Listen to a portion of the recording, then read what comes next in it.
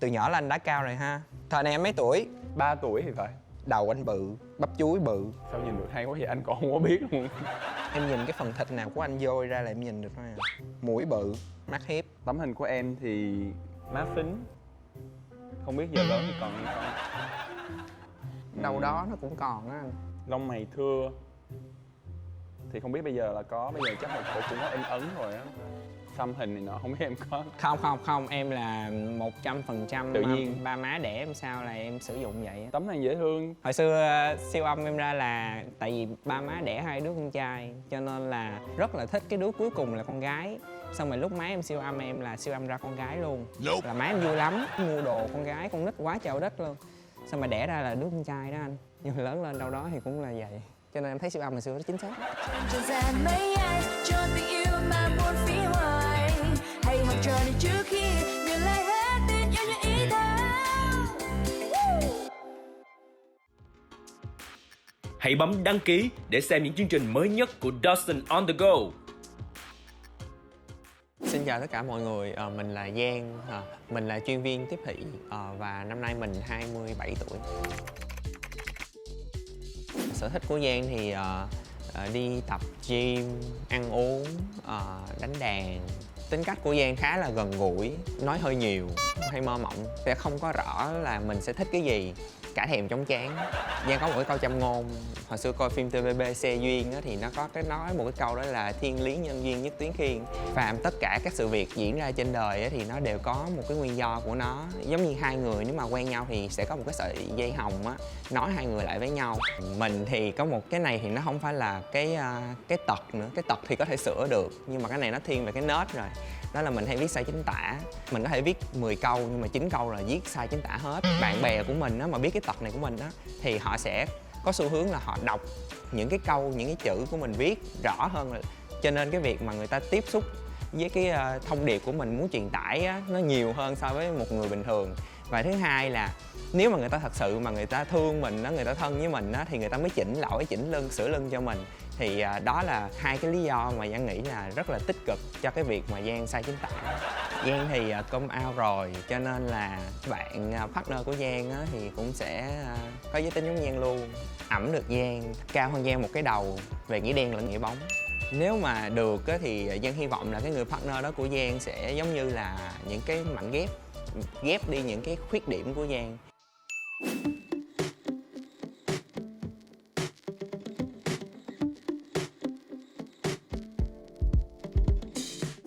Xin chào tất cả khán giả của Love is Fly. Ngày hôm nay thì Dustin vắng nhà, cho nên là Dustin đã nhờ Khang đến đây để ngồi ở vị trí guru cùng với lại chị Nhi A để tiếp bạn này của chúng ta. Và chị có biết tại sao là ngày hôm nay Dustin nó phải nằng nặc nó kêu em và chị phải ngồi ở cái set guru này để cùng nói chuyện với bạn này không? Chị nghĩ là chị biết. Đó là một người đàn ông đầy âm mưu. Tôi đang nói về Dustin đó quý vị. Hồi nãy chị có len lén chị nghe em giới thiệu có một điều mà chị đặc biệt lưu tâm, đó là việc em viết sai chính tả. Chính xác. Và như một kiểu dằn mặt. Có nghĩa là ngày hôm nay Dustin rất ưu ái cho bạn Giang của chúng ta ở đây là tại vì bạn sai chính tả, cho nên có một cô giáo và có một nhà văn ngồi ở đây. Trước khi là mình có kiếm được tình yêu cho bạn đó hay không thì mình không biết. Chỉnh nhưng cái mà nớt. chỉnh được cái nớt sai chính tả trước cái đã. Nhưng mà như thế này nha Giang, chị nhận ra một điều á, là người ta chỉ có thể sửa được một cái gì đó khi mà người ta có đủ sự trăn trở và phẫn uất với cái điều đó. Tức là tôi không có chấp nhận được là tôi có cái điều này. Nhưng hồi nãy lúc mà chị thấy em tự bạch về cái chuyện sai chính tả, mắt em ngời lên niềm vui sướng. Mà rất tự hào là ví dụ em viết 10 câu thì anh sai tới 9 câu luôn. Có nghĩa rằng là nó giống như là một cái đặc trưng của bạn và một cái thương hiệu. một thương hiệu luôn. Và bạn ấy còn cảm nhận rằng đó là một dạng phương tiện để ai mà hiểu mình thì người đó sẽ thấu cảm với mình nhiều hơn thông qua cái việc hiểu chính tả và sửa chính tả. Vậy thì sao sửa đây Giang? Theo nghiên cứu khoa học á, là con người nghiên cứu khoa học luôn, con người của chúng ta đó, cho dù là chúng ta viết bất cứ loại ngôn ngữ nào, cho dù viết sai chính tả thì mình cũng sẽ biết được cái thông điệp mà nó truyền tải là cái gì. Cho nên cái chuyện mà em viết sai chính tả nó là cái nết thôi, nhưng mà để bào chữa cho cái nết của em á là người ta sẽ đọc nhiều hơn. Mục tiêu đầu tiên là người ta muốn kiếm qua này hôm nay nó viết sai cái lỗi gì để người ta chọc em, Nhưng mà thật ra là song song với cái gì đó là để đọc được hết và kiếm ra được cái lỗi sai chính tả là người ta đã đọc hết cái câu của em rồi, là người ta đã biết được thông điệp em muốn truyền tải là cái Trời gì rồi. ơi, Nghe nó đầy tâm cơ luôn chị. Kiểu giống như là sai chính tả trong kiểu là tính toán và sắp đặt. đầy tính toán và nó được sử dụng như một dạng chiến lược. Và một công cụ để tìm người yêu nữa. Tại hồi nãy em có nghe nói rằng là một trong những cái tiêu chuẩn chọn người yêu của bạn đó là phải một cái người nào mà giỏi chính tả để sửa được chính tả cho bạn đó. Ê khoan, như vậy cuối cùng là ba đứa mình đứa nào bị troll? Là Giang bị Dustin troll hay em với chị? Tại vì thật ra ông này ông không có nhu cầu sửa cái vụ sai chính tả.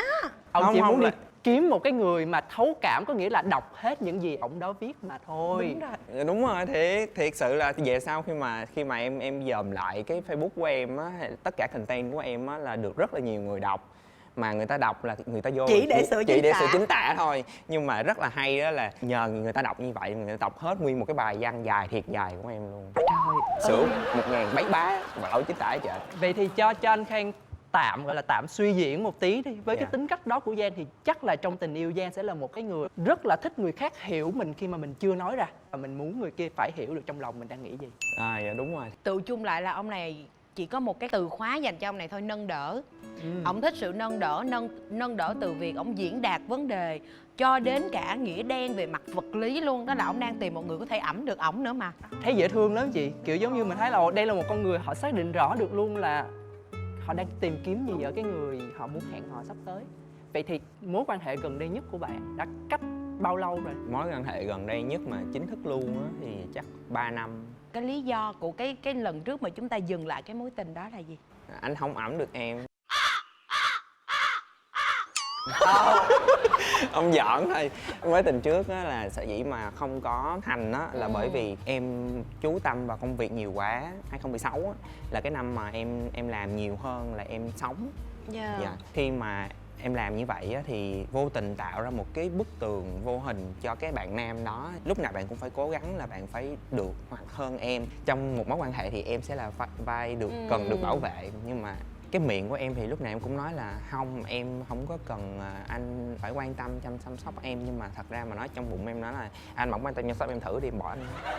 Mà Em nói có sai đâu. Người đầy tâm cơ thì Không nói ra nhưng mà bắt phải người hiểu. ta phải hiểu, phải đọc vị được mình hết từ bên trong. thì đó cũng là một cái mà em nhìn nhận là em còn sai sót, tại vì cái thời đó thì em cũng còn trẻ lắm, suy nghĩ cho bản thân em nhiều hơn. sau 3 năm thì không già lên được bao nhiêu đâu em. Dạ em biết chứ.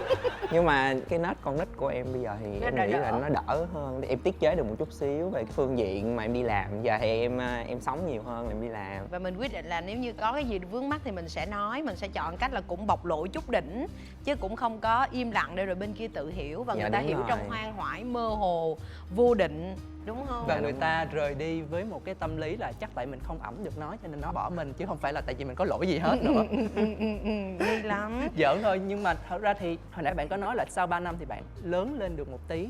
Thì dĩ nhiên rồi, con nít đẻ ra đến lúc 3 tuổi thì cũng biết bập bẹ nói chuyện, thì huống hồ gì con người mình đã đến cái độ tuổi trưởng thành này, đúng không?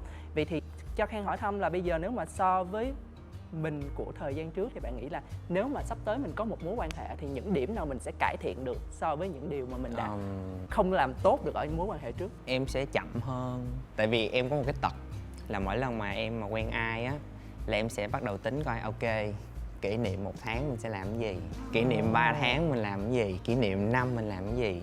Nhưng có một cái điều mà nó không bao giờ diễn ra theo đúng cái ý của em á là em sống tới thời điểm này mà nhưng mà em chưa bao giờ có được một cái kỷ niệm 1 năm. Em rất là hơi bực bản thân mình hoạch định quá là rõ ràng như vậy, quá nhiều như vậy, mình sẽ dự định hết luôn rồi nhưng mà không bao giờ mình đi đến được cái mốc đó. Chưa một mối quan hệ nào của mình mà nó có 1 năm tuổi thọ. Đúng rồi, cho tới bây giờ ngồi lại tại đây á, thì nếu mà đánh giá về bản thân em á, thì em nghĩ là em cũng không có tới mức quá tệ. Là tại vì em luôn có một cái tư tưởng đó là em sẽ cải thiện bản thân của mình, làm sao để cho khi mà mình đi với cái người partner của mình á, lúc nào bạn cũng sẽ cảm giác được là bạn tự hào khi có một người giống em đi cạnh đó. Nhưng mà không biết tại sao là cứ gần như là tới gần cái chặng mà 300 ngày cái là gãy gánh, 300 ngày cái gãy gánh. Có bao giờ em quan tâm đến cái việc là khi em thiết lập một mối quan hệ thì em đặt ra cho mình một cái câu hỏi là người bên kia đang chờ đợi cái gì từ em không? Thiệt sự mà chị hỏi thì em cũng chưa biết. Nó là vấn đề. Nếu như các bạn theo dõi nhiều Love is Life hoặc là bản thân chị thì chắc chắn các bạn sẽ nhớ rất rõ điều này, là chị luôn nói rằng trong quan hệ tình cảm, các thể loại tình cảm và đặc biệt là tình yêu, nó luôn cần sự cộng hưởng từ hai phía. Và đó là việc chung chứ không phải là việc riêng. Đó là việc từ hai người. Một người tính nó không có ra chuyện, dù em tính kỹ cách mấy nó vẫn không thể nào ra chuyện. Và em phạm đúng cái sai lầm này. Mới có buổi hẹn đầu tiên mà mình đã mặc sẵn một cái series đầm cưới đến để dự buổi hẹn đầu tiên rồi xong đó. kêu người ta đi mua bó bông, cái thành ra ta Rồi. không biết đi mua bông để làm gì, đúng không? Rồi suy nghĩ thôi chết là đăng ký kết hôn ở phường mấy quận mấy luôn đó. Có nghĩa là chị mới buổi hẹn đầu tiên mà không, mà cái đó cái không trách được, tại vì bản năng của con người của chúng ta là luôn có một kỳ vọng nào đó, một cái mơ ước về viên mãn nào đó, cho nên là trong một cái cuộc hẹn đầu tiên gặp một cái người ưng ý với mình quá thì dĩ nhiên mình có quyền được tự tạo cho mình những cái kỳ vọng về một cái kết viên mãn. Kỳ vọng càng cao thì thất vọng càng nhiều. Chúng ta không sai về kỳ vọng, nhưng mà chúng ta bị thiếu về phương thức. Chính xác. Nếu như mà nói rằng là việc là có để tâm hết vào một cuộc tình hay không, rồi có mong muốn có được một mối quan hệ hay không, rồi có tự nhận ra bản thân mình thiếu cái gì hay không, thì em làm được hết. Thế thì bây giờ cái lỗi còn lại nó nằm ở cái chuyện đó là mình đã kết nối với người bên kia như thế nào thôi. Thì thông thường đây là cái sai khá là phổ biến. Đó là chúng ta hiểu về mình, rồi chúng ta chăm lo cho bản thân mình, chúng ta tự hoạch định rất nhiều kế hoạch cho mình. Tất cả những việc đó đúng là cần làm, nhưng mà nó chưa phải là tất cả. Cái cực kỳ quan trọng đó là bắt cầu qua bên kia như thế nào. Thì có vẻ như điều này là cái điều mà mình chưa để tâm nhiều lắm. Chắc tại vì em không có kinh nghiệm. Cho nên em biết không Giang, có thể đôi khi em quá chỉnh chu và bên kia người ta bắt đầu cảm thấy là người ta không được kết nối. Cái thứ hai đó là người ta không được quan tâm. Và thêm một điều nữa là tất cả những sự chuẩn bị của em cũng chưa chắc nó đã phù hợp với cái kỳ vọng của người bên kia. Đó, ví dụ như anh Khang nói là mặc sẵn một cái soirée cưới, nhưng mà bên kia người ta chỉ định mặc áo dài làm đám cưới thôi, người ta không có muốn mặc soirée. Thì lúc này cái sự chuẩn bị của chúng ta nó lại không ăn khớp với cái kỳ vọng của bên còn lại. Mà chuyện tình cảm là chuyện của hai người chứ không phải chuyện của một người. Yêu đúng thì mình có kỷ niệm, còn yêu sai thì mình có kinh nghiệm. đúng không? Vậy thì nếu mà nói theo câu đó thì Giang tự nhận là trong suốt những mối tình đã qua của mình tụ trung lại hết, thì bạn thấy bạn có kỷ niệm nhiều hơn hay bạn có kinh nghiệm nhiều hơn? Khi mà quyết định nhớ về một mối quan hệ thì em sẽ chọn quyết định nhớ về kỷ niệm. Cái tính của em thì em thích rất là nhiều người, đụng ai là thích. Em thích nhanh lắm, 5 giây là em thích một người. Nhưng mà thương á thì cả cuộc đời tới giờ cho tới thời điểm này em thương 3 người đó. Mà em nhớ rõ nhất, còn mấy người em thích là em quên mặt hết rồi. Bởi vậy em là cả thầy nhón chén là em bị cái tính đó. Mà những cái người mà em thương thật sự á, cái cốt cục của những cái chuyện tình đó thì không bao giờ lại kết cục đẹp. Nó buồn lắm, buồn còn hơn phim Hàn Quốc nữa. Cho nên là em biết là khi mà em nhớ về những cái kết cục đó thì em sẽ không chọn nhớ những cái gì xấu, em sẽ chọn nhớ về kỷ niệm thôi. Nhưng mà đôi lúc Giang biết không, anh Khang thì lại nghĩ rằng là đôi khi mình cứ nhớ hoài cái kỷ niệm á, cái mình sẽ bị ngộ nhận. Đang yêu một cái kỷ niệm chứ mình đâu còn yêu con người đó nữa đâu, đúng không? Mình đang nhớ về những chuyện cũ thôi. Còn mình không nhớ về những kinh nghiệm thì mãi mãi trong những cuộc tình về sau mình vẫn sẽ không bị rút vấp kinh nghiệm. mình phải vấp vào đúng những cái sai lầm trong những cái cuộc tình cũ đó nữa. Cho nên là nhiều khi bây giờ như bạn nói là bạn đã thương 3 người. Vậy thì trong 3 cái người bạn thương đó luôn đó thì điều gì ở họ khiến cho bạn thương họ? 3 người đó có một cái quy chuẩn chung nào hay không? 3 người đó có một cái quy chuẩn chung, đó là 3 người đó tạo cho em một cái cảm giác là an toàn. Mình không có phải cố gắng để trở thành một cái người khác hay là tạo ra một cái vẻ bề ngoài nào đó để chinh phục người ta thì không. Khi mà em ở gần 3 người đó em có thể điên khùng. Những cái quy chuẩn đó, khi mà em đi gặp những cái người về sau á, lúc nào nó có hiện là một bản danh sách 10 cái checklist đó là em sẽ nhưng mà em để ý là 3 cái người thương đó là không có dính cái checklist nào trong đó hết trơn á. Chứng tỏ là nó thiên về phần cảm xúc nhiều hơn. Tại vì đến cuối cùng chị biết không, em hay nói là cái gu là cái ngu á. Đúng. Mình hay có những cái gu á và mình lao vào đó là mình toàn yêu ngu yêu khùng không mà. Cho nên rằng là khi mà chúng ta yêu một người mà họ là những cái ngoại lệ, họ không nằm trong bất kỳ một cái gu trong cái checklist nào của chúng ta, thì thật sự cuộc tình nó đến từ cảm xúc thật, chứ nó không đi theo cái gu, theo những cái checklist nó đã được định sẵn trong cái lý trí của mình. Đúng rồi. Sẵn tiện dịp này chị nói luôn với Dustin nha, Dustin hãy cho chị đồng hành nhiều với Love is Life đi. Tại vì cứ một lần tôi ngồi đây là tôi lại chứng minh được một điều mà tôi đã nói với học trò. Dù là cái gu sau đó thành cái ngu, hay là cái việc là em chuẩn bị gặp một người em có một cái checklist 10 cái gạch đầu dòng, hay là cái câu chuyện là em đòi rất là nhiều rồi em nồng nhiệt rất là nhiều, thì nó chung quy lại nó có thể giải mã được đúng bằng câu chuyện đó là tình cảm phải đi từ hai phía. Cái gu là cái ngu nó nằm ở đây nè, nó nằm ở chuyện là em đang đi tìm một người có thể ẵm được em, đúng không? Dạ. Chị cam đoan với em là Dustin sẽ cho em gặp một người mà có thể ẵm được em ngồi phía bên kia cái rèm. Nhưng giữa cái chuyện người ta ẵm được em với người ta có muốn ẵm em hay không, nó là hai chuyện khác nhau. Và quan trọng nữa là ẵm được bạn Giang là một chuyện, và có thể ẵm được cảm xúc của bạn Giang để bạn Giang cảm thấy thỏa mãn được về nhu cầu kết nối với cái người đó hay không lại là một chuyện hoàn toàn khác. Mình đang bị nhập nhằng giữa cái mà mình muốn với cái mà người bên kia muốn. Và em bị hụt chân đúng ở chỗ này. Có nghĩa là em đã chuẩn bị cho bản thân mình rất là nhiều thứ. Em cũng đã rất là hết tâm với một cuộc tình. Và em tìm được một người mà theo như đánh giá chủ quan của em là đúng. Người này là đúng như những gì mà mình muốn nè. Nhưng cái đó mới có là từ phía mình thôi. Bên kia người ta có muốn hay không, nó mới bắt đầu làm nên câu chuyện. Theo như bạn nghĩ á, cái tật xấu của bạn kia yêu là gì? Em thì hơi con nít. Tại vì em con út mà. Nếu mà nói là hơi con nít thì có lẽ là bạn sẽ không độc lập và tự chủ về cảm xúc cho lắm. Có nghĩa lúc Dạ, nào đúng bạn rồi. cũng đòi hỏi một người phải 24/7, 24 Không giờ không 7 không, ngày. cái đó thì không. Hai người, hai cá thể sẽ có hai cái cuộc sống riêng, cái này là điều em hiểu. Cho nên là anh cứ sống cuộc sống của anh, em cứ sống cuộc sống của em. Nhưng khi em cần thì anh phải có mặt. Trời, cái gì vậy? Cái gì mà tiêu chuẩn kép vậy? Nói chung là em không biết lúc nào em cần ảnh thôi. Em bị tiêu chuẩn kép. Em quá dồi dào về cảm xúc. Và đôi khi bên kia người ta không tải được hết cái cảm xúc đó, và nó làm cho em cảm thấy không hài lòng. Điều thứ hai như chị đã nói đó là em bị nhập nhằng giữa cái chuyện là em muốn với bên kia muốn, thành ra đôi khi em bị tự thất vọng và tự tổn thương. Thì hãy cố gắng gọi là lý trí một chút ở chỗ này để mình có thể hiểu rằng ô, cái này là cái mình muốn thôi nha. Còn bên kia người ta có muốn hay không thì mình cũng phải cho bên kia một cái quyền nhất định. Tại tình cảm nó là quyền đồng đẳng giữa hai bên, mình không thể ép bên kia được. Và thực ra cái cuối cùng là như vậy. Đó là hãy cố gắng nhớ về kinh nghiệm sau mỗi cuộc tình. Trong tình cảm á, chúng ta chia tay lần đầu tiên á, có thể không phải lỗi của chúng ta. Nhưng nếu như chúng ta chia tay lần thứ hai, thứ ba, thứ N mà cái lý do chia tay nó y chang như lần đầu tiên, chắc chắn là lỗi của chúng ta. Thực ra chia tay cũng vui mà. Giá trị của chia tay là nó làm cho chúng ta hiểu được bản thân mình. Nhưng nó chỉ có được giá trị đó khi chúng ta hiểu được mình. Chứ còn sau mỗi một cuộc chia tay mà chúng ta cứ đay nghiến về cái sự gãy đổ đó, nó chỉ làm cho cái sự tổn thương trong cuộc sống của mình nó dày lên thôi. Nó không có giá trị gì hết. Cho nên hãy nhớ về kinh nghiệm để mình né nó. Mình có thể đi qua thêm nhiều cuộc tình khác, hoặc một cuộc tình nữa và mình dừng chân và mình không có bị rơi vào cái vết xe đổ của lịch sử là được. Tình yêu nó không phải là cái chuyện chúng ta đi kiếm tìm nhau, chúng ta không đi tìm một người tình lý tưởng đâu. Hành trình để đến với tình yêu á, là con đường đi tìm chính bản thân mình. Mình tìm ra mình là ai, mình muốn gì và mình cần gì. Thì khi gặp đúng một cái người mà nó phù hợp với mình về những cái tiêu chuẩn tinh thần lẫn những tiêu chuẩn tình cảm đó, thì tự khắc hai người sẽ tự va vào nhau. Giống như cái câu bạn nói là thiên lý nhân duyên nhất tuyến khiên, đúng không? Mối nhân duyên ngàn dặm đó thì cho dù có xa cách mấy đi chăng nữa thì cái sợi dây kết nối hai bạn phải là cái sợi dây đến từ trong lòng hai bạn. Hai bạn biết mình đang là ai, mình cần gì và mình muốn gì ở đối phương, thì lúc đó hai bạn mới kiếm được nhau trên cái con đường thiên lý đó.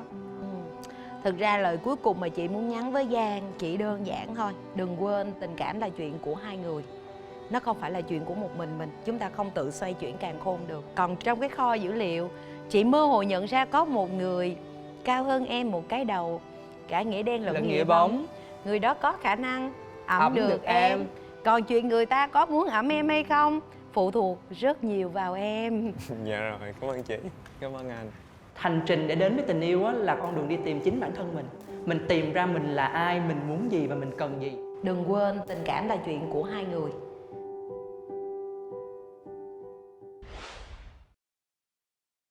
Chào mọi người, mình tên là Phát, nickname của mình là Paddy. Mình thì 27 tuổi, hiện giờ thì sinh sống và làm việc tại Việt Nam, Hồ Chí Minh. Mình là nam thì mình đến đây để tìm sự bất ngờ.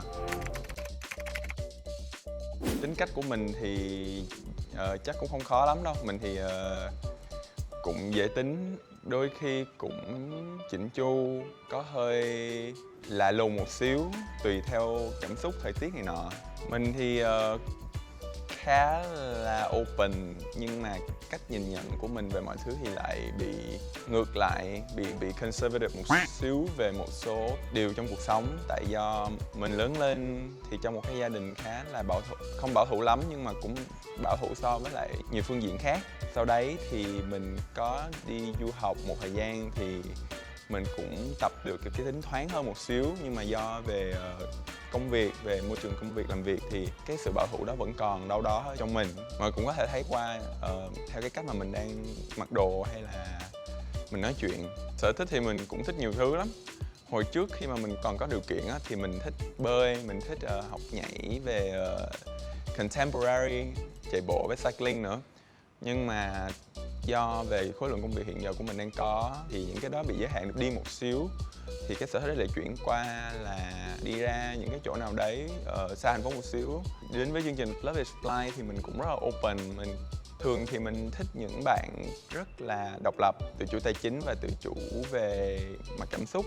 Trẻ con cũng không sao nhưng mà cũng có gì đấy gọi là có trải nghiệm về cuộc sống, biết chăm sóc về bản thân, cũng không đi bar club quá nhiều tại vì mình thì lại không có đi những thứ đấy thì nên cũng khó có thể được hòa nhập. Thật ra là Petty là một người quen của em. Và đó là một lý do cậu hôm nay chị em phải ngồi với Huyền Coco. Đúng rồi. Và hôm nay là phải đặc biệt mời chị Tonia là xử lý ca này cho em. Khoan nha. Ca khó. Bởi Cho chị. vì đây là người quen của em. Dạ. Thế thì em ngồi đây là vì em biết rất nhiều về người quen của mình để em kết nối với chị, hay là vì em quen rồi mà em vẫn không biết gì về cậu ấy nên em mới bưng chị ở đây? Thứ nhất là em quen rồi nhưng mà không xử lý nổi chị. Nên là phải mời đến một chuyên gia Petty, về mặt tâm lý. Em có nghĩ là cộng đồng nghĩ về em là một cái ca khó như vậy không? Em không biết cộng đồng nghĩ gì về em cả tại vì bản thân em cũng không biết em nghĩ gì về bản thân. Không, nhưng mà hồi nãy chị có len lén chị nghe cái phần mà bạn ấy tự giới thiệu mình thì chị bị ấn tượng bởi chuyện này. Đó là em rất quan tâm đến cái việc mà một người mà em kết nối á, cái người đó phải có một cái sự độc lập nhất định, phải tự chủ, trước tiên là về tài chính, rồi về công việc, rồi thậm chí là cả về cảm xúc nữa. Thì điều này nó hơi bị sai với đám đông.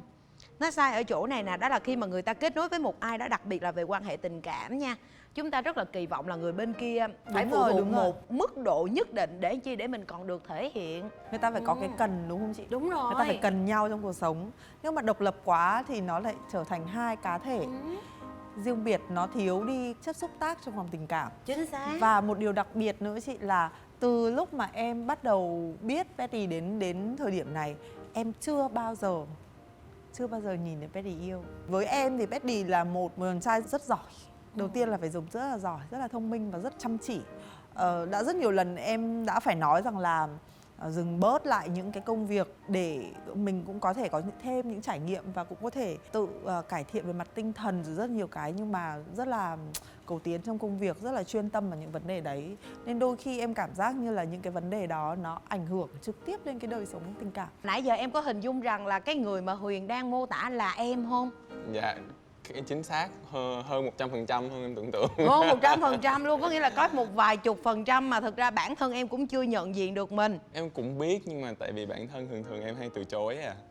Tại vì quá khứ của em có một thời gian thì trải qua một cái gọi là abusive relationship. Thì sau đấy thì em lại có một cái mối quan hệ khác, nó lại là long distance. Yêu cũng không biết gọi là yêu hay không, tại vì đối với em từ yêu thì nó hơi lớn một xíu á. Bên kia người ta có xác nhận là người ta yêu em không? Sau 3 năm rưỡi thì họ có nói cái từ đấy. Em ơi, một cái mối quan hệ mà hơn 3 năm mình mới đặt tên cho nó một cách chính thức. Thật ra nó cũng chưa có chính thức trong cái thời gian đấy lắm. Em cũng không chắc lắm về phần đấy. Bây giờ nghĩ lại á, em có tiếc nuối cái khoảng thời gian 3 năm hơn của cuộc đời mình không? Dạ không. Yeah. Bạn đó rất là giỏi, bạn đó thực sự là một cái chất xúc tác làm cho em cố gắng rất là nhiều. Em vẫn còn nói chuyện với bạn đấy rất là nhiều về công việc, tại vì bạn đấy thực sự là một người rất là thành công trong những gì bạn ấy đang làm. Bạn ấy còn cũng rất là trẻ, bạn này là người nước ngoài. Thì cả thời gian đấy thì cứ on off, tại vì em cũng không rõ là mối quan hệ đó như thế nào. Nhưng mà cái điều mà em muốn giữ mối quan hệ đó nhất là tại vì do bạn đấy là một con người mà em muốn trở thành. Đôi khi nó lại làm cho em bị quên mất đi là mình thật sự đang cần cái gì. Sau đấy thì em nghĩ là lúc đấy thì nó nghiêng về trở thành một gọi là bạn soulmate đó, gọi là bạn tri kỷ nhiều hơn. Không, tôi có cảm giác như ông đang chọn một người dẫn đường cho ông vậy đó, chứ không phải là một người yêu. Không giận lắm. Không giận lắm. Nó không phải là tượng đài như là nó là hình mẫu. Người ta cảm thấy rằng là người ta sẽ yêu thích toàn bộ những tố chất đấy. Nhưng tố chất đấy là những thứ người ta sẽ muốn trở thành. Chứ nó không phải hoàn toàn là đơn thuần là chỉ là vấn đề tình cảm. Đã là yêu thì phải có cái cảm xúc của sự yêu đương. Mà em ở đây thì em phân tích ra chỉ toàn vấn đề rằng là bạn ấy giỏi, bạn ấy độc lập, bạn Bạn ấy ấy, thành công rồi. Tại một phần nữa là tại vì em cũng không giỏi đưa ra cảm xúc của mình quá nhiều á. Tại do một cái thời gian em có cái abusive relationship đấy, thì sau đấy thì những cái cảm xúc em lại giấu đi. Và đặc biệt trong công việc thì em cũng không tiện để biểu hiện lên cái cảm xúc của mình. Và em cứ bị trôi đi về cái phần đấy, rồi mình quên mất là mình đang muốn cái gì hoặc là cần cái gì. Thì tới hiện giờ thì cũng may mắn làm việc trong một môi trường khá là trẻ. Nó là một công ty nước ngoài. Thì em có được rất là nhiều sự động viên và giúp đỡ của các đồng nghiệp để cho em come out ra từ từ với mọi người á. Thì nói chung mọi thứ đều cũ nhưng mà nó lại mới với em. Ok, bây giờ chị muốn hỏi Patty một câu là trong công việc của em á, em có hay lập mục tiêu không? Em có. Em có nhanh chóng đạt được mục tiêu của mình không? Em cũng có, nhưng mà hiện giờ cái phần mục tiêu đó lại bị thay đổi. Bởi vì do tính cách của em có một cái phần gọi là những cái bề ngoài hay là những cái gì mình mong muốn. Và một phần nữa là do bản thân của mình có khả năng hay không nữa. Ok. Thì sau này thì em lại nhận ra là tính cách của mình lại không phù hợp Với cái mục tiêu mà mình đã đặt với ra. mình đã đặt ra. Và thì em đã thay đổi mục tiêu chưa? em đang thay đổi mục tiêu. Ok, một Hiện ngày tại em dành bao nhiêu thời gian cho công việc? khoảng 10 tới 12 tiếng. 10 đến 2 tiếng, 12 tiếng còn lại thì em sử dụng vào việc ở nhà. Theo như em nghỉ mô tả. ngơi, giao tiếp. Và đã bao giờ em đặt mục tiêu cho cái việc là mình cần kết nối quan hệ tình cảm với một người như thế nào chưa? Em cũng có, nhưng mà những cái người mà em gặp gỡ thường họ không có ở đây. Và cái thứ hai thì thường thì giữa cái việc mà em đặt ra một cái hình mẫu mà em muốn thiết lập quan hệ, em muốn yêu đương, em muốn có tình cảm với họ, thì em có bắt gặp được cái hình mẫu đó ở bên ngoài đời thật không? Em không có đặt nặng về vấn đề là mình đang có mục tiêu là mình sẽ tìm những cái người đó như thế nào hết. Em sẽ thuận theo cảm xúc dựa trên cái người đấy thôi. Thực ra thì nãy giờ với những cái chia sẻ ngắn ngắn mà chúng ta dành cho nhau á, thì chị đang có một cái cảm giác như thế này. Đó là em đang nhập nhèm về tiêu chí, cho nên có thể là em đã không có chạm được đến cái đối tượng mà ở đó nó có thể thiết lập được một mối quan hệ. Điều này chị rất sợ nó sẽ lặp lại ở đây. Tại vì cái tiêu chí mà em xác lập á, nó lại là tiêu chí của những cái người thành công trong công việc. Và phải là những cái người mà ở đó nó phải tạo ra cho em một cái sự ngưỡng mộ nhất định thì em mới bắt đầu chịu chạm tới người ta. Mà theo như lời mô tả sơ lược của bạn Huyền thì vốn dĩ em cũng đã giỏi rồi. Thành ra kiếm được cái người mà giỏi hơn em nó cũng khó. Em không giỏi lắm. Đồng ý luôn. Và về mặt vô thức thì nó lại tồn tại một cái điều nguy hiểm là như vậy, là thực ra tất cả chúng ta đều không đứa nào quá giỏi. Dạ vâng. Nhưng mà chúng ta luôn tìm kiếm một đứa là phải giỏi hơn mình. Mà thông thường chúng ta lại bị thêm một chuyện thứ hai là với những đứa mà làm việc được chút đỉnh á, thì để thừa nhận ai đó giỏi hơn mình là một chướng ngại tâm lý. Không dễ dàng để chấp nhận một ai đó giỏi hơn mình với những bạn có những cái sự thành công nhất định. Thành ra là em bị vướng ở chỗ đó. Bây giờ cái người đó có xứng đáng để tôi theo đuổi hay không? Đó, cái câu đó là cái câu mà có thể nó làm cho em ngay từ đầu dừng lại luôn. Vì không xứng đáng lắm. Cái định nghĩa về thành công nó không nằm ở chuyện rằng là em làm đến chức nào, hay em phải có bao nhiêu tiền trong tay, khối lượng tài sản của em là bao nhiêu. Đấy không phải là sự định nghĩa của sự thành công. Thế thì giờ cho chị hỏi Patty một câu là những cái tính xấu nào ở một cái người yêu của em á mà em nghĩ rằng ok em chấp nhận được cái tính xấu đó? Chà, cái này em chưa nghĩ tới luôn. Xin lỗi. Không sao. Lâu quá rồi em bị mất cảm xúc. Cũng như là đánh giá một con người nhiều quá, bị cực đoan á, thì em hơi sợ phần đấy. Call liên tục hay là nhắn tin liên tục nhưng mà trong vòng 5 tới 10 phút không trả lời thì bị nổi đoá lên, thì em hơi sợ phần đấy luôn. Ví dụ như lăng nhăng thì sao? Em không quá quan trọng về phần đấy. Ok, bây giờ hết cơ hội rồi, tới đây là được rồi. Ông không có chuẩn bị cho điều này. Không có, chưa bao giờ nghĩ tới luôn á. Có nghĩa là ngay từ ở bên trong của em, ngay từ cái phần vô thức của em luôn là em đã xếp đặt một cái người mà phải rất là hoàn hảo. Đúng rồi. Đó là một chướng ngại của chúng Em đâu, em có. Em không biết. Tất cả chúng ta đều không thừa nhận mình có. Em không biết, xin lỗi. Thực ra thì như thế này nè Patty, mỗi chúng ta đều bị cái tôi của mình á, nó vô tình tạo ra những cái rào cản nhất định. Ví dụ như ở cái vị trí công việc của em, ở cái trải nghiệm của em, thì em sẽ không nhận ra mình đòi hỏi cao đâu.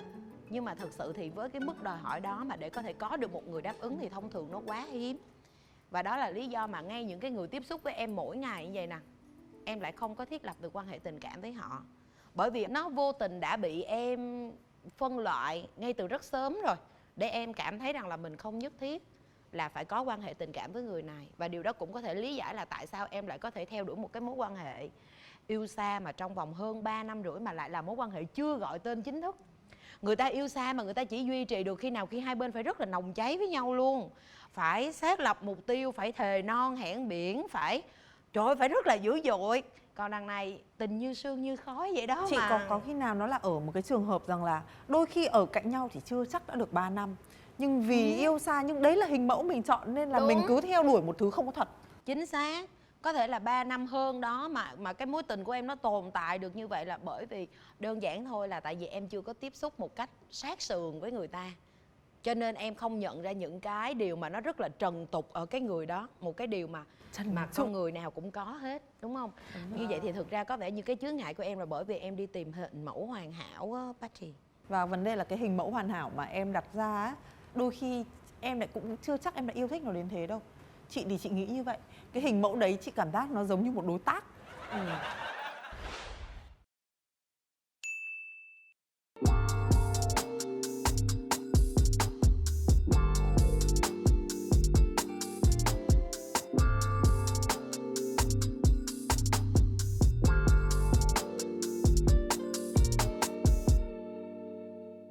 Anh tên là Patty. Anh làm về khu công nghiệp, sinh sống và làm việc ở Sài Gòn. Anh ở hai nhà, một bên là ở với gia đình, mỗi lần mà bố mẹ muốn nhìn mặt anh một xíu hay sao đấy về chăm sóc bố mẹ hoặc có tâm sự mỏng gì đấy, không thì anh lại quay về với lại quận 2 thì anh ở với bạn anh cho gần chỗ làm với lại tiện đi lại. Ngoài công việc hành chính ra thì anh cũng có làm một số thứ khác nữa. Còn em thì sao nhỉ? Em tên Giang, em là út trong gia đình, cho nên là em sẽ phải ở với ba má em, không có dọn ra ở riêng được, mặc dù là em cũng rất là thích. Ngụy Biện à, anh cũng con út nè. Ngụy Biện à. Nhưng mà tại vì hai anh lớn của em là định cư ở nước ngoài rồi, cho nên là còn có mình anh em thôi. Thì em làm nhân viên văn phòng tiếp thị, em làm trong lĩnh vực F&B. Tiếp thị là marketing đúng không? Dạ, Ừ. em tránh sử dụng tiếng Anh. Em thì Anh xin lỗi anh. Dạ. Anh ở quận mấy ta? Anh ở quận 2 với quận 11. Dạ. Em thì đâu đó ở quận 1 thôi chứ không có được ở xa như vậy. Ở đâu đó hả? Dạ. Đâu chỗ nào đó ra sao nhỉ? Anh đùa xin lỗi. Đồ vui ghê. Vậy thôi. Sương. Sắc quá, hơi sợ, để anh ra ngoài biển anh tắm một cái cho nó mặn ma một xíu chứ. Nói chuyện với em anh hơi ngợp.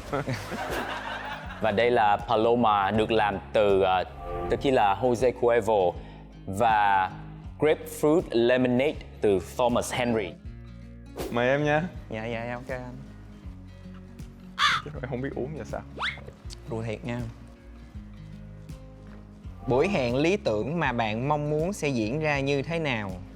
Em muốn cái bạn nam đối phương á, partner sẽ phải là người chủ động, tạo ra cái sự bất ngờ, phải ra khỏi cái khuôn khổ của mấy cái cuộc hẹn giống như kiểu là đi em kỹ nhất là đi coi phim. Em sẽ không thích đi coi phim tại vì lúc đó mình không có khai thác được nhiều tính chất của nhau. Đi ăn, đi uống, đi cà phê để nói chuyện nhiều hơn, cái đó là hơi thường. Cho nên là nếu mà cái bạn đó có thể suy nghĩ được một cái gì đó ngoài cái đó thì ok, thì với em cái đó là lý tưởng. Thì còn những cái mà chuyện mà diễn ra như là các cặp đôi khác hiện nay trên thị trường thì với em nó là không có lý tưởng. Lý tưởng của em là khác đó. Để ý là gì? Anh vẫn chưa biết lý tưởng của em là gì hết. Em nhưng còn mà không biết mà. Em còn không biết mà. em thích hú hồn với giật gân phải không? Dạ. Hồi trước thì anh chưa có nhiều kinh nghiệm, thì hiện giờ anh cũng không có nhiều kinh nghiệm lắm. Thường thì anh thích chủ động hơn. Về phần một cái buổi hẹn lý tưởng thì anh cũng không rành lắm á, tại vì cũng tùy theo cảm xúc rồi điều kiện.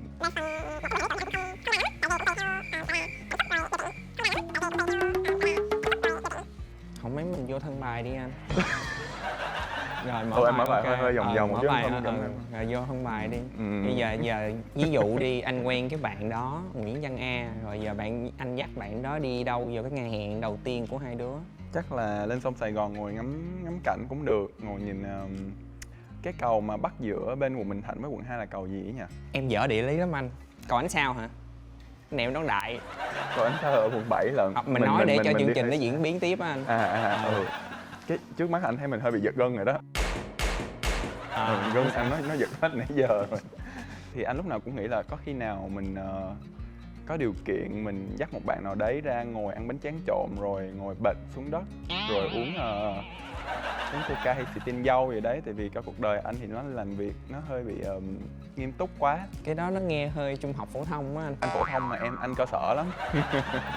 Không mà cái đó là thú vị á. Nếu mà nó so về những cái mà đó đến giờ từ khi mà em biết thích một người thì nó không có ai dám làm em cái củi hẹn giống như vậy hết. Thì nó đâu đó thì nó chắc em nghĩ là nó cũng lý tưởng theo cái hơi hướng thú vị. Mỗi người mỗi tính cách mà thì phạm trù suy nghĩ thôi. Dạ ok. Rảnh thì mình cũng có thể câu cá lên mình nướng ở đó cũng được. Được không? Nếu có cá, nếu còn sống. Anh không biết cái sông đó có sạch không, nhưng mà lần cuối cùng thì anh check với lại tổng giám đốc bên anh thì 20 năm trước thì bác có lướt sóng ở đấy với lại vợ bác. Mà thì không biết là 20 năm sau là năm nay thì có lướt được nữa không? Đô thị bây giờ nó khó lắm anh ơi, em nói thiệt. Em làm nhiều cái sự kiện nó cũng không có xin giấy phép cũng nhọc nhằn. Em cũng là một sự kiện lớn đó. Dạ nó có đó cũng là sự kiện lớn. Anh chưa sẵn sàng lắm nhưng mà cũng cố gắng. Dạ. 2 phút bắt đầu. Vợ cũ Cường Đô La. Hồ Ngọc Hà. Xin chào tất cả các bạn. Ngày hôm nay anh đến đây rất là vui. Các bạn có vui không ạ? Harry Won. Đó. Cái Sài Gòn xưa ấy nó mộc mạc. Jackie Mill. Đúng rồi, chính xác. Tiếp. Em chưa đủ đẹp sao anh? Phi Thanh Vân. Hôm nay em đi đâu sáng mà đẹp chưa? Người Huế hả? Hôm nay em đi ăn Long Nhật hả? Chính xác. Đúng không? Vâng. Yes. Các bạn đã chiến thắng thuyết phục. Một ly nha anh. Lên nha. Anh. Anh đuối quá. Anh nghe rồi anh căng. Một ly nha, em mời anh á. Anh đang uống không có được nhiều lắm nên Ok cố gắng. anh, 1, 2, 3. Phần quà của bạn là đổi quà. Quà của hai bạn đã được giấu đằng sau lưng cái cây đó, tuốt vô sau trong á.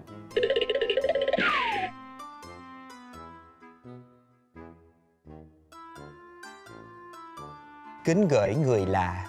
Hơi quá, anh viết tiếng Anh mà em. Nhưng mà em Việt hóa anh. Em Việt hóa. Cảm rồi. ơn bạn đã tham gia chương trình Yêu là mù quáng. Mình thật sự cũng không biết viết nhiều nên bạn thông cảm nhé. Chấm. Bên cạnh đấy, mình mong sẽ gặp lại bạn. Chấm. Nếu không thì mình sẽ chúc bạn nhiều tốt đẹp trong cuộc sống nhé. Chấm. Thân ký A Nguyễn. Anh viết dài hơn em á. B Nguyễn em chữ B. B Nguyễn. P. Dạ rồi.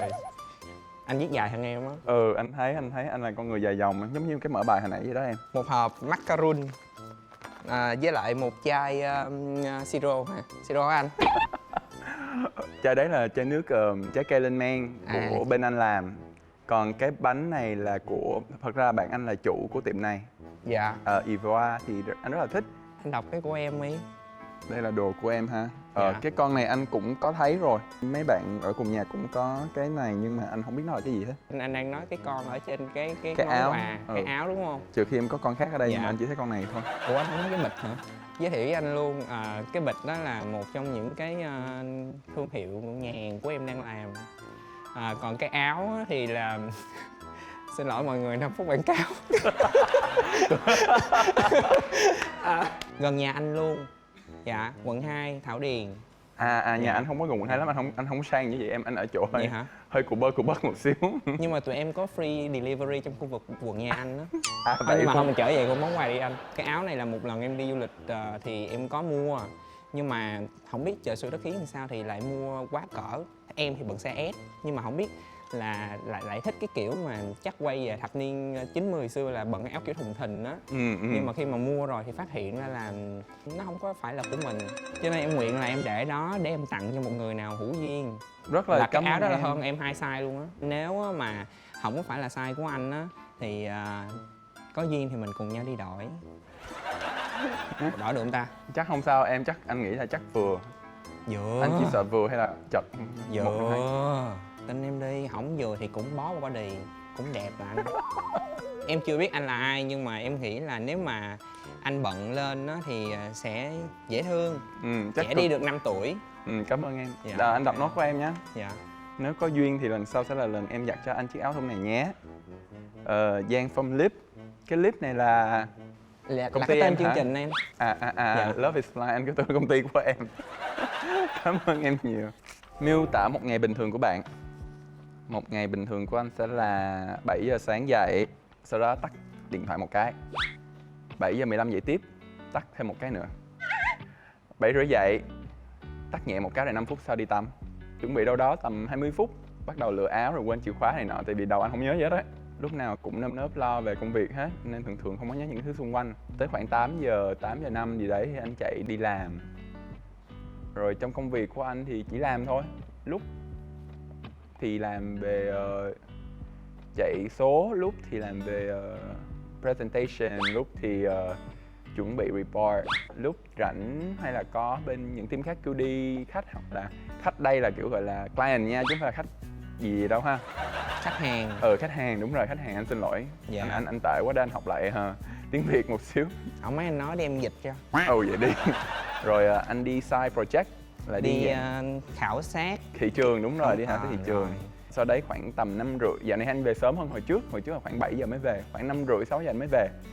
Thì lúc đấy thì anh lại đi network một xíu, đi giao tiếp này nọ. Đi ngoại giao. Ngoại giao, đúng rồi, với lại bạn bè hay là đi tìm đối tác gì đấy. Rồi tới khoảng 7 rưỡi thì anh đi tutor một xíu. Đi dạy kèm. Dạy kèm này nọ, nhẹ nhẹ thôi, đến khoảng tối. Hồi trước anh khỏe thì anh có đi tập thể dục thể thao, mà có đợt vừa rồi anh bị bệnh một xíu á. Dạ. Thì thường thường anh đi về luôn ở nhà, rồi tối đấy thì anh có tivi, không phải có tivi, xin lỗi, đi coi kiểu coi phim á, coi phim TV series á. Dạ, coi phim truyền hình dài tập. Trước khi ngủ thì anh có meditate một xíu, Thiền. đi thiền, đúng rồi, khoảng Thiền. 15-20 phút. Dạ. Để cho mọi thứ nó thoải mái hơn. Anh đang cố gắng sửa lại cái thời gian biểu của mình một xíu, tại vì bị nhiều thứ quá. Nghe một ngày của anh xong thì em quyết định là em sẽ ở với ba mẹ em luôn. Tại vì một ngày của em thì em không có phải lo lắng quá nhiều thứ. Ba mẹ em sẽ chuẩn bị sẵn đồ ăn, dỡ cơm cho em. Em chỉ việc là thức dậy vào lúc 8 giờ rưỡi, mặc dù là hợp đồng của em là 8 giờ rưỡi làm. Đâu đó thì em bắt đầu tiến hành cái công việc vệ sinh của em là rồi lấy cơm đi lên tới công ty của em thì đâu đó cũng 9 giờ rưỡi. Sau đó thì em làm quần quật, em không có nghỉ trưa. Tại vì em ở Thảo Điền á là nó như cái ốc đảo vậy á anh. Thảo Em Điền có muốn- nghĩa là dạ. mùa xuân xung quanh là em là cây thảo mai đó hay sao nhỉ? Không, xung quanh em là nước. Xong rồi cái Nước thì- gì em mặn mọc hả? Dạ không anh, em mặn kim, không em để em hoàn thành cái ngày của em đi, chứ ngày của em nó chật vật quá thiệt luôn á, chật vật quá. Nhớ ngày của em nó đơn giản lắm, mà xong đó nó chật vật, kể nghe chật vật ghê sợ. Anh cũng chật vật lắm. Cái em kể ngày đến đâu là anh? Em ở xung quanh em là nước, mặn kim. Không có nghỉ trưa. Ừ. Là làm quần quật cho tới 7 giờ rưỡi, xong thì em đi tập gym tới đâu đó 9 giờ rưỡi là em về tới nhà, vệ sinh gì đó, lên giường rồi em nhắm mắt, rồi ngày mai đâu đó thì nó cũng có một vài cái hoạt động cộng thêm nếu mà em có kèo. Vậy cuối tuần em làm gì? Em kể anh nghe thì nó hơi giống trong phim một chút. Em thì cầm kỳ thi họa lắm anh, chơi đàn anh. Chơi đàn. Là cuối tuần là em sẽ bắt đầu em dỡ cái đàn của em lên em đàn. dạ. Dạ, em đàn cho nguyên một xóm của em nghe. Em Dạ. đàn gì nhỉ? Đàn tranh, đàn Piano tỳ bà. anh. Piano. Dạ.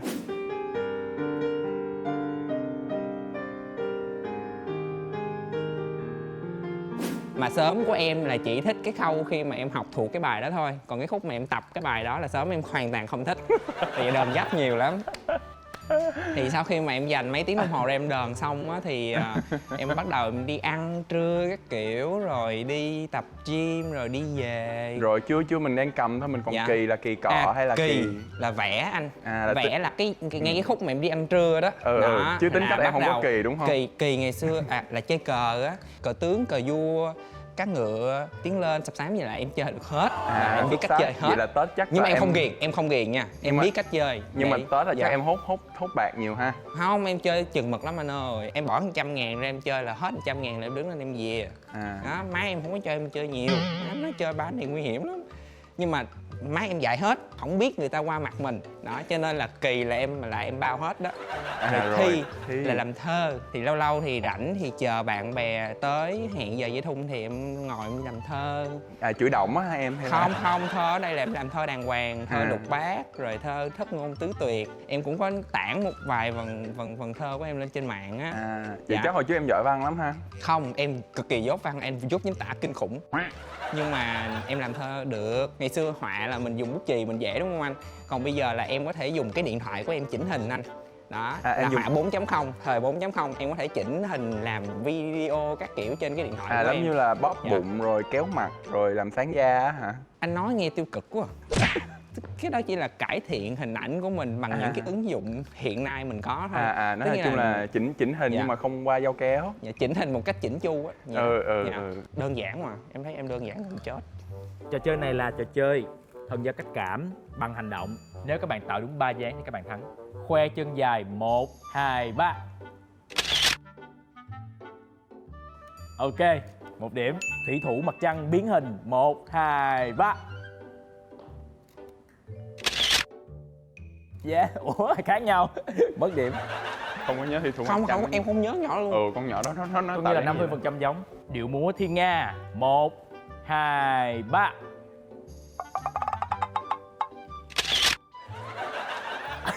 Khác nhau. Thiên nga múa kiểu gì? Cái nào cũng đúng nhưng mà khác nhau. Thiếu nữ gội đầu bên bờ suối 1, 2, 3. 2 điểm. Gà ấp trứng 1, 2, 3. 3 điểm, yeah, chúc mừng các bạn. Trời ơi. Ảnh lúc thiếu nhi của đối phương. Em người Trung Quốc hả? 没有，我是越南人。 Vừa siêu như năng rồi đó. Từ nhỏ là anh đã cao rồi ha. Thời này em mấy tuổi? 3 tuổi thì phải. Đầu anh bự, bắp chuối bự. Sao nhìn được hay quá vậy, anh còn không có biết luôn. Em nhìn cái phần thịt nào của anh dôi ra là em nhìn được thôi à. Mũi bự, mắt hiếp. Tấm hình của em thì má phính. Không biết giờ lớn thì còn hay không. Đâu đó nó cũng còn á anh. Lông mày thưa. Thì không biết bây giờ là có, bây giờ chắc là cô cũng có in ấn rồi á. Xăm hình thì nó không biết em có. Không, em là 100% tự nhiên. ba má đẻ em sao là em sử dụng vậy. Tấm này dễ thương. Hồi xưa siêu âm em ra là tại vì ba má đẻ 2 đứa con trai, cho nên là rất là thích cái đứa cuối cùng là con gái. Xong rồi lúc má em siêu âm em là siêu âm ra con gái luôn. Là má em vui lắm, mua đồ con gái, con nít quá trời đất luôn. Xong mà đẻ ra là đứa con trai đó anh. Nhưng mà lớn lên đâu đó thì cũng là vậy. Cho nên em thấy siêu âm hồi xưa nó chính xác. Nói chung là em vui là được, không sao hết. Vì là một người đồng tính, bạn có bị phân biệt đối xử trong công việc không? Nó vừa có vừa không. Thời đi học thì những cái phần mà bị kỳ thị thì chuyện bình thường không gì hết. Thì tại vì những cái gì khác lạ so với mọi người thì mọi người hay trêu thôi. Lớn lên nghĩ lại thì nó cũng là quá khứ, nhưng mà nó cũng là một phần làm cho mình trưởng thành. Còn trong công việc thì đa phần mọi người cũng hay chọc nhẹ. Nhưng mà anh nghĩ mọi người không có ác ý. Với lại bản thân thì mình cũng cố gắng trong công việc thôi. Nhưng mà bây giờ biết sao giờ? Sống thì phải sống cho mình chứ. Chủ yếu là cố gắng perform, cố gắng làm hoàn thành tốt công việc là được. Còn về những gì mà họ muốn hay họ đặt lên gọi là những cái gì gọi là social norm ấy nhỉ, định kiến xã hội, thì ở đâu cũng có định kiến hết. Ví dụ như hôm nay mặc quần ngắn quá hay là dài quá thì anh cũng nói thì nó cũng em đâu quan tâm đâu. Nhưng sao mình sống thoải mái là được. Nên nhìn chung thì không đến nỗi đâu. Với lại hiện giờ thì anh cũng may mắn là trong công việc của anh hiện giờ thì mọi người lại khá thoải mái. Chủ yếu là mình có đạt được cái mục tiêu mà phòng ban đặt ra hay không. Và bản chất là bản thân mình có đạt được mục tiêu mà mình đã đặt ra từ ban đầu hay không thôi. Chứ anh nghĩ về giới tính thì bây giờ mọi người thì rất là thoáng rồi. Từ lúc mà em đi làm tới giờ thì cái môi trường của em làm, tính chất ngành nghề của em cũng vậy. Người đồng tính thì cũng nhiều. Cho tới cuối cùng em vẫn nghĩ là giá trị mà một người tạo ra. Còn cái chuyện người ta thì xu hướng người ta như thế nào thì nó không quan trọng. Các sếp của em, những đời sếp của em thì tất cả mọi người đều rất là gần gũi với em và luôn đánh giá cao mình dựa trên cái thành quả công việc của mình hơn là cái việc mình có phải là người đồng tính hay không. Còn cái chuyện mà xã hội họ đánh giá em như thế nào thì thiệt sự mà nói là em không quan tâm. Em chỉ quan trọng gia đình của em, là ba mẹ em thôi. Những người nào hiểu em và bạn bè của em là hết rồi. Còn ngoài ra cho dù họ có nói, họ có tạo ra những áp lực hay những cái lời nói khó nghe gì thì em cũng kệ. Tại vì cơ bản là em cũng chẳng có sống vì họ ngày nào hết. Với một phần nữa chắc người ta đụng em người ta cũng phỏng tay đó, anh nghĩ là không dám ai đụng đâu. Em thì muốn chết. Em thì muốn chết. Chắc đó. Em thì muốn chết, em nói thiệt, em thề. Chết rồi mới thấy hiền đúng không?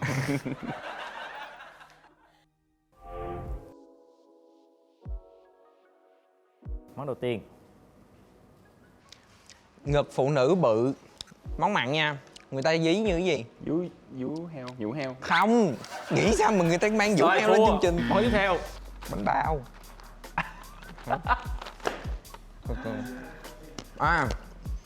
Cái bánh này hồi nhỏ, nó là một bộ phận của con vật. Cái bộ phận này dùng để nghe. Cái con này mập ăn cám. Lỗ tai heo. Chính xác, 1 điểm. Cái này cái gì vậy anh? Có muốn skip không? Em Ăn lại. em biết cái món này nhưng mà em không biết tên. Cái này cái nước của anh á. Hả? Cái nước trái cây nãy á lên gì? Lên men. Bánh. Cái đó đọc lại. Cái gì men? Bánh men. Bánh men. Bánh men đúng.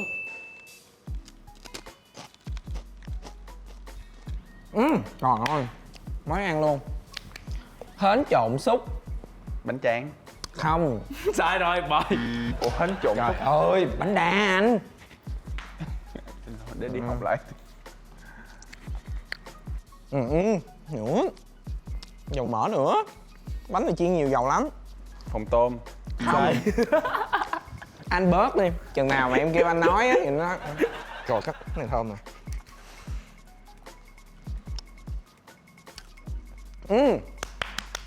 Phơi bột gạo xong rồi phơi thành mấy cái miếng như tờ giấy vậy á. Bánh tráng. Sai. Ủa cái đó là gì trời? Ủa đó là gì ơi chương trình? Bánh bột lọc, đúng không? Bánh bột lọc hết, chết rồi. Đám giỗ người ta hay có cái món tráng miệng, đám cưới hay ăn món tráng miệng này nè. Nó đơn giản lắm. Nó không phải trái cây. Thì là cái gì? Người ta bán trong cái hộp nhỏ nhỏ, hộp nhựa nhỏ nhỏ này nè. Bánh flan. Không phải. Không phải. Em kêu đám Nhưng mà giỗ rồi phải qua bình đám tĩnh cưới nha. thì anh biết đám. Rau câu anh. Cái này bình tĩnh nha. Trước khi đoán, bình tĩnh. Này dễ lắm. Rồi, cái loại tráng miệng Việt Nam. Đồ ngọt nha, lá dứa. Tên của một cái con vật. Bánh bò. Chính xác. 3 điểm. Nói chứ bạn anh cũng có một nhà hàng mà cũng phải Tập trung đoán đi, đừng gọi bạn anh qua đi. kiểu tối vậy nè, kiểu ăn không thấy đường á em. Cái này dễ lắm. Ăn được. Rồi. Rồi, cái bạn của cái con hồi nãy, nhưng mà khoan nha, đừng khoan nói, đem nói cho xong. Tên một bộ phận trên cái con đó 3 chữ, là cái chữ đầu là cái ấy, còn cái 2 cái chữ sau là Cái chữ số 2 là tên bộ phận. Cái con này là cái con ăn cám hồi nãy đó. Nhưng mà cái bộ phận này là người ta hay là thịt. Cái gì đi với thịt. Người ta thường nói cái gì đi với thịt á. thì là bánh, rồi cái chữ đó, rồi cái bánh con da lợn. đó. Phần quà của các bạn sẽ là một phần quà bí mật mà Justin sẽ công bố ở cuối chương trình. Bạn sẽ làm gì để cân bằng giữa thời gian dành cho công việc và thời gian dành cho tình yêu? Thường thì anh chưa có sự cân bằng này. Tại vì đa phần thời gian là anh dành cho công việc, gia đình và bạn bè, bản thân. Còn tình yêu thì trước giờ khá là ít, chiếm khoảng đâu đó 5% thôi à. Khoảng thời gian khi em mà mới vừa chia tay người cũ nhất của em á, 1 năm đó là em cảm giác rất là sợ. Em đặt chỉ tiêu cho mình là trong vòng 1 năm là em phải có được người mới. Nhưng mà khi mà cái mốc 1 năm đó nó qua rồi á, thì em cảm giác là ủa, 1 năm qua rồi, ở mình vậy sướng chết mòn, dành được nguyên cục tiền tiết kiệm. Cho nên là em cứ thế em sống tới giờ. Tiếp tục tiết kiệm tiền. Độc thân thì nó sẽ có một khoản mình không có phải chi về tình phí. Em thấy nó cũng ok, em cũng vui. Và em bắt đầu chăm chút bản thân em nhiều hơn. Khoảng thời gian đó lặp đi lặp lại quá lâu, làm cho em cảm giác là không mấy thôi mình cứ như vậy đi, rồi cái gì đến thì nó đến. Khi mà có một người nào đó xuất hiện trong cuộc đời em thì em cảm giác là thôi sợ mất thời gian quá à. Cho nên em cứ bỏ qua rồi em cứ sống vậy á. Nếu mà cái mối quan hệ đó thực sự đáng để mà em phải gọi là đầu tư đi ha, em sẽ phải chỉnh lại một cái ngày của em, và cái điều đó sẽ mang một chuyện rất là lớn đối với em luôn á. Tại vì mình sống một ngày của mình như vậy mà vì một người mà mình chỉnh cái ngày của mình thì chứng tỏ là người đó đã thay đổi mình đó. Anh nghĩ là cũng sắp xếp thời gian được, chủ yếu là do mình muốn hay không thôi. Ví dụ như là there's a will, there's a way á. Không thích thì tìm cớ, còn muốn thì tìm cách, đúng không? Dạ đúng rồi. Sau đợt vừa rồi anh có bệnh khá là nặng và anh cứ tưởng là mình không qua khỏi luôn á. Nhưng mà cũng may mắn là mình cũng chỉnh đốn lại, tại vì hồi trước mình làm việc nhiều quá rồi quên đi bản thân cần phải chăm sóc á. Thì anh nhận ra một điều là mình khá là cô đơn. Tại vì cứ quần quật vào công việc và bạn bè anh cũng hay cứ nhìn mặt anh thì mọi người lại bảo là bớt việc đi nha. Anh nghĩ là công việc của anh là không phải là tại vì anh ôm đồm, nhưng mà tại vì anh không biết xử lý nó một cách hiệu quả. Chứ anh nghĩ công việc ai cũng nhiều cả. Dustin sẽ đếm 10 giây. Trong 10 giây này, cả hai bạn sẽ suy nghĩ về những cái gì mà các bạn đã trò chuyện với nhau trong buổi hẹn hò vừa rồi và quyết định mình có muốn tiếp tục tìm hiểu và hẹn hò với người kia một lần nữa hay không, bằng cách uống một shot. Và bây giờ 10 giây đếm ngược bắt đầu. 10. Em còn một shot mà đúng không? Dạ. 9. 8. 7. 6. 5. 4. 3. 2. 1. Love is blind baby, không cần kim tìm hay quá vội, hay mà dòng trái tim nghĩ ra đơn và yêu. Hai bạn hãy đứng lên, đi về phía rèm là đối diện rèm. Hay không? Hay. Khỏe không? Dạ khỏe. Anh không khỏe lắm. Ôm nhau đi. Anh khó quá. Một cái hất được không? Cao quá.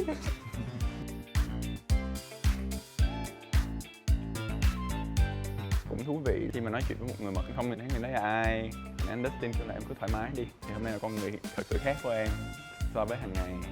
Thì bạn này khá nhạy bén, cũng như là cũng biết đàn nữa. Em rất thích những người, một là chơi thể thao hoặc là biết một cái gì đấy liên quan về nghệ thuật. Phần thứ hai nữa là bạn này kiểu giống như là em nói gì cũng bằng em lại hết. Thì em khá là thích cái phần đấy. Trong công việc của ảnh đi nữa thì cũng đã khác em rồi. Nó làm cho em có một cảm giác thú vị á. Anh cảm ơn nhiều. Yeah. Sau buổi ngày hôm nay thì đâu đó em cũng tự tin là đây là một trải nghiệm rất là tuyệt vời. Em sẽ viết vô CV của em. Anh ẩm được em không? Cũng có nhiều người hỏi câu này lắm em. Yeah. Đặc biệt là các chị phụ nữ thì anh đều ẩm hết rồi. Yeah, được. Còn bạn nam thì anh chưa. Em nhẹ lắm, em chỉ có 62 Ẩm một cái xong rồi thả xuống. Ok, để anh cố gắng chứ. Vô. 1, 2, 3. Dạ được nhẹ, rồi. bao nhiêu ký? Nhẹ không? Dạ rồi, dạ. Cũng giống như bé cháu em vậy. Anh đừng, anh. Trong 10 giây á, hai bạn có cái giây phút nào nghĩ là mình do dự giữa hai cái quyết định uống và không uống không? Do dự thì có, thật sự. Em không có giỏi trong cái chuyện mà mở đầu một cái mối quan hệ. Khoảng thời gian mà em mở một mình nó cũng lâu. Không biết liệu mình chấp nhận đón coi mặt cái anh này thì sẽ là một cái quyết định đúng, hay lại là một cái việc mà làm mình và ảnh mất thời gian của nhau. Thì cái đó là cái mà em suy nghĩ trong đầu thôi. Thật sự trước giờ anh chưa mở lòng nhiều. Em mở nhưng mà em không có cho người ta vô. Người ta vô là em đuổi à. Còn anh là không có cổng luôn á em, là người ta muốn vô ra dễ dãi lắm. Thật sự là đến phút cuối thì anh nghĩ anh không biết là làm bạn hay là như thế nào đấy, nhưng mà thôi cứ thử xem như thế nào. Cảm ơn hai bạn rất là nhiều. Oh god, dễ thương lắm. Tớ xin học được rất nhiều từ hai bạn luôn á. Yeah. Cảm động. Không biết tại sao nữa. You give me a hug. Em có phần ẩm anh lên không? Mình biết nhau được 4 năm rồi. No. Biết rồi, kiểu em giống như người mẹ của tất cả mọi người. Em kiểu thấy ai cũng xà vào lòng mình. Đây là cái tập mà làm cảm động nhất. Không biết tại sao. Ok, bình tĩnh lại. Đây là phần quà của Jose Cuervo Traditional Tequila. Hai bạn có thể chia với nhau. Hình như còn trái đầy bên này nè anh. Hình như còn một trái đầy bên này nè. Hy vọng là hai bạn sẽ có một buổi hẹn thứ hai. Đây là 2 phần quà đến từ Lam Mộc Botanicals dành cho tóc cho nam Thảo Mộc. Thank you so much vì đã đến và chia sẻ và đã cho tất cả mọi người một trải nghiệm rất là tuyệt vời. Dạ. Dù có đi đến đâu thì cũng không quan trọng. Dạ. Cảm ơn anh nhiều. Love is like baby, yeah, oh. Love is like baby, yeah, oh. Trên trần gian mấy ai cho tình yêu mà buồn phí hoài. Hãy học trò đi trước khi nhận lại hết tình yêu như ý thao. Happy không? Happy. Dạ, happy vì điều gì? Happy vì thứ nhất là hai bạn dễ thương quá. Xị mất cái mặt đó. Ôi, em xỉn là chị vui. Hai bạn rất là dễ thương và chị rất là bất ngờ về Giang. Giang quá dễ thương luôn, rất là nhanh, rất là nhanh, đầu nghĩ rất là nhanh, mọi thứ đối đáp đều rất là dễ thương, rồi quá bất ngờ về Giang luôn. Và có một cái mà làm cho chị cảm thấy là thấy là may, bởi vì là chị thì quen Paddy từ trước, và cái điều mà chị lo sợ nhất là Paddy luôn bị đóng khung bản thân mình. Bà con đừng có giận vua đâu, giữ mọi thứ lại, không cởi mở thực sự đâu, mặc dù là rất là dễ nói chuyện nhưng không thật sự cởi mở. Nhưng mà hôm nay Paddy đã chịu nói ra rất là nhiều thứ khác. Người em. Cảm ơn chị. Hy vọng là mọi người xem và thích và cũng sẽ đăng ký tham gia Love is Blind cùng với những chương trình khác nữa. Dustin on the go nha. Bye bye. Tham gia Love is Blind bằng cách điền vào form dưới đây và quay một đoạn video tự giới thiệu 2 phút và gửi về email loveisblindshow@gmail.com. Và đừng quên đăng ký kênh Dustin on the go để theo dõi những chương trình hấp dẫn tiếp theo. See ya.